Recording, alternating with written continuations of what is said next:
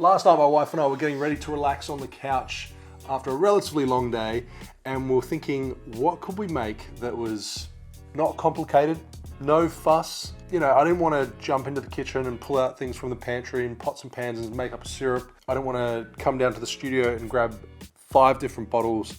I wanted something relatively simple, easy to make. And these were some of the drinks that came up in the shortlist. Not necessarily my go-to drinks, but I thought they'd be good to try. The first 3 are pre-1930s cocktails, and they only call for 2 bottles each. And then the last one is something a little bit more modern, extra bottle in there, so it contains 3 ingredients, but it's one of the ones that really intrigues me, and I haven't tried that last one. So you should stick around for that one. But let's get into it. I feel like this video is going to be quite short because the drinks are so simple, but that's the whole point of the video. No fast drinks. This is the Hunter cocktail. You can make it in a mixing glass, which is how I probably typically would, but because this is a no fuss video, I'm going to stay on theme and just do it straight in the glass, which there's absolutely nothing wrong with that. It's probably more likely how people are going to make their drinks for themselves in their home when they're about to relax on the couch. So we have a rye whiskey here. I'm using Bullet Rye, 1.5 ounces, 45 ml.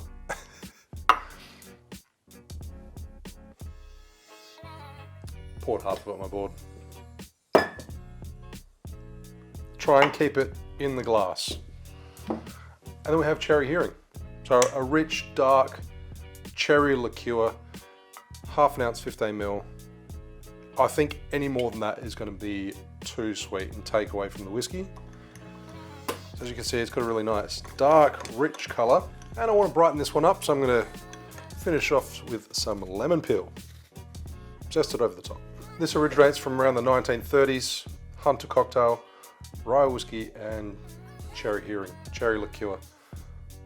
No fuss. Cheers. The Cherry Heering brings a lot of richness, pairs beautifully with the spice of the rye. Simple drink. You don't need a clear ice cube. You can just throw it in a glass, throw some ice in there, and be done with it. This next one is kind of like a cross between a martini and a Manhattan. Sort of. It's grabbed a bottle from each cocktail and then put it together.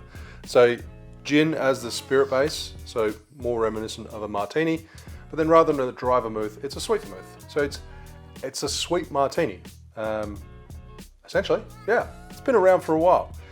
2 ingredients. The original specs were more skewed towards the gin, so a higher ratio of gin, where there's this today I'm doing 2 parts, 2 to 1, so 2 parts gin, 1 part sweet vermouth.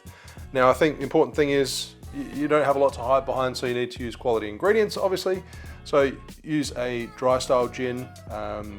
I do have the option of a bunch of different gins, but I think a London dry style probably works best. Lots of botanicals, more juniper forward. Rather than like a citrusy or floral gin. It would still work, I'm sure, but I think a dry gin makes sense to me. And then we have a sweet vermouth, so Cocchi di Torino, or in my case, Capano Antica. So more of a rich sweet vermouth with vanilla notes to it. Quality vermouth for this. Don't use the cheap stuff because you've only got 2 ingredients. It's got nothing to hide behind. All right, let's stir this down. As I said, 2 parts of dry gin. This is 3-fold dry. This is from my distillery. I'm sorry, we are available in Australia and Hong Kong, not in the States. I get asked quite often. If any importers are watching, let me know, reach out. Then we have 1 ounce, 30 ml of sweet vermouth, Capano Antica.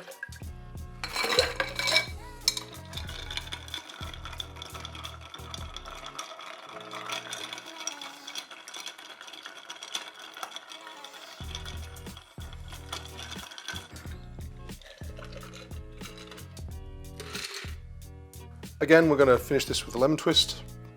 Add some nice bright lemon oil notes on top.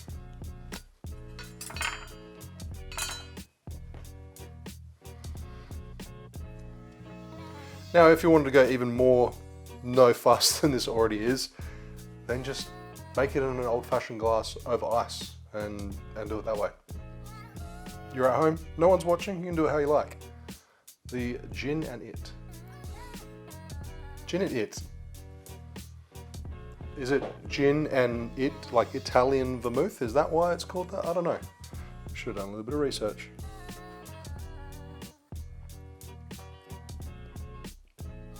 I really like the sweetness. Now, because you're using those ratios, you've got a full ounce, 30 ml of your sweet vermouth. It's prominent, so therefore you want to use a vermouth that you like, and you want to be a vermouth drinker to enjoy this. On the sweeter side, very different to a dry martini, a lot sweeter, but you still get those juniper botanical notes, that herbaceous kind of character that's typical of martini, but sweeter. Now the Valencia Martini is a citrusy, nutty martini. The citrus note is going to come from orange bitters. Oh, I'm running low.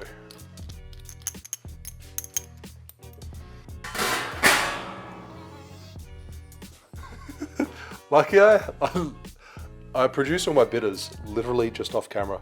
I've got 4 50-litre tanks and 5 100-litre tanks. So I've got 80 litres of orange bitters just off to my side. So the fact that I've run out, it's not a big deal. Yes, I'm out of stock of orange bitters, but I restock it. I'm bottling that tomorrow actually, so good timing. So I've just got a dash of orange bitters, really bright, juicy, citrusy, and then the nuttiness comes from Amontillado sherry. Now, you could change the ratios to your liking. If you're more of a traditional martini drinker, then maybe you want to go heavier on the gin. But I'm going to stick with the 2-to-1 ratio that I did in my last drink and do 2 parts dry gin, 2 parts dry gin, and then that nuttiness that I mentioned comes from a dry sherry. I'm actually using a dry Apera. It can't be called sherry because it's from Australia. And I'm going to do 1 part, 30 ml. This one here is actually a blend of like an Amontillado style and a Fino style of sherry blended together for a dry Apera, 1 ounce, 30 ml. The nuttiness comes from the flor, which is part of the aging process of the wine. I'll link to more information about sherry if you're interested in the description below. It's fascinating stuff. That's it. A little bit of bitters, dry gin, sherry. As I said with the last drink as well, like these drinks, if you want to make them even more no fuss, you can literally just pour them on ice in an old-fashioned glass. I mean, Valencia Martini, it's more typical to serve it in this, but as I said, you're at home. Do it how you want. No right or wrong.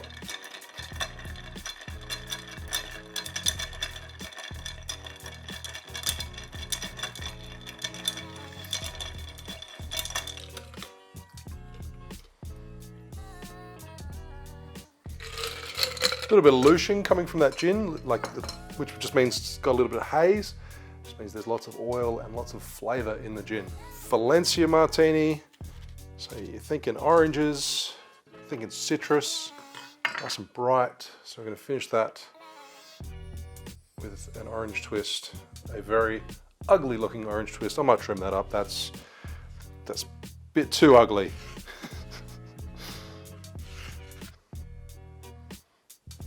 Just as I described, it's citrusy and nutty. It's dry from the style of gin that I'm using. The sherry adds this nice subtle nuttiness. It's citrusy, it's bright, and the botanicals from the gin shine through. So, yeah. If you're a martini drinker, I'm sure you'll love this one.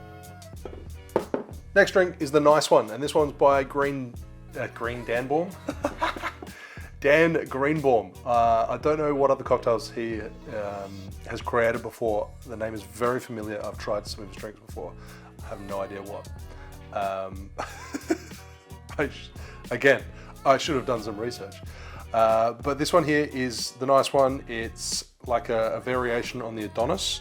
So the Adonis is 2 parts Fino sherry to 1 part sweet vermouth with orange bitters. So it's a low ABV drink. It's sweet and nutty. Now this one here, switches the ratios, so it goes 50-50, so one part. So therefore it leans more into the sweetness, less of the nuttiness from the sherry, and the less kind of wine character. And then it's got a little bit of banana liqueur. Now the banana and nuttiness and the sweetness from the sweet vermouth, that sounds awesome. That sounds awesome. So, let's make it. Equal parts, as I said, no fuss. I'm almost tempted to make this on ice, but I'm going to stir it down. Low ABV, so the stir is going to be brief. We've got the sweet vermouth. Again, I'm just going with the Campagna Antica. I think it is a wise choice to use because it's rich and it's got more body. You don't want to use a light sweet vermouth, especially when you're pairing it with a sherry and you've got the low ABV of this drink. Want something with a bit of robust flavour.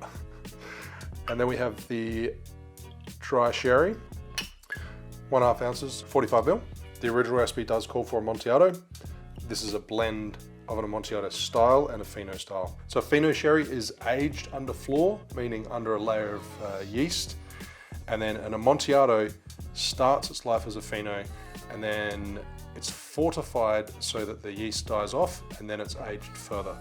And then we finish the drink off with some banana liqueur, a scant 1/2 ounce, 15 ml, meaning just shy of.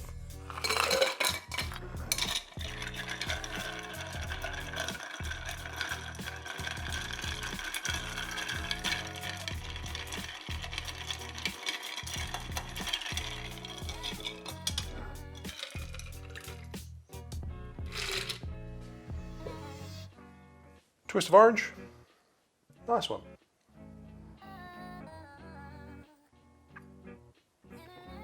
Yum. That's tasty. It's on the sweeter side, but like sweet bright, not sweet cloyingly, if that makes sense. And the banana doesn't stand out as much as I was anticipating. Like the banana's in the background, it's that sweet brightness from the vermouth, and then you get this little like sherry, nutty. I don't like always characterizing sherry as nutty. It's just like, oh, it's nutty, it's nutty. But it's really good. It's got good character. Considering how low ABV the drink is, 16.5%, 21.5%, and 26%. So the average ABV sits at like just under 20. This would work very well as a no fuss drink, just pouring it on ice, but no stirring. Because it doesn't have the ABV to back it up, I would just let it evolve in the glass if you poured it on ice. Definitely on the sweeter side, but I'd say this is probably my favorite of the four. I quite enjoy that. If you enjoyed the look of these cocktails and you're looking for some more cocktails that you can make right now, then check out this video right here. Do it. I'm waiting.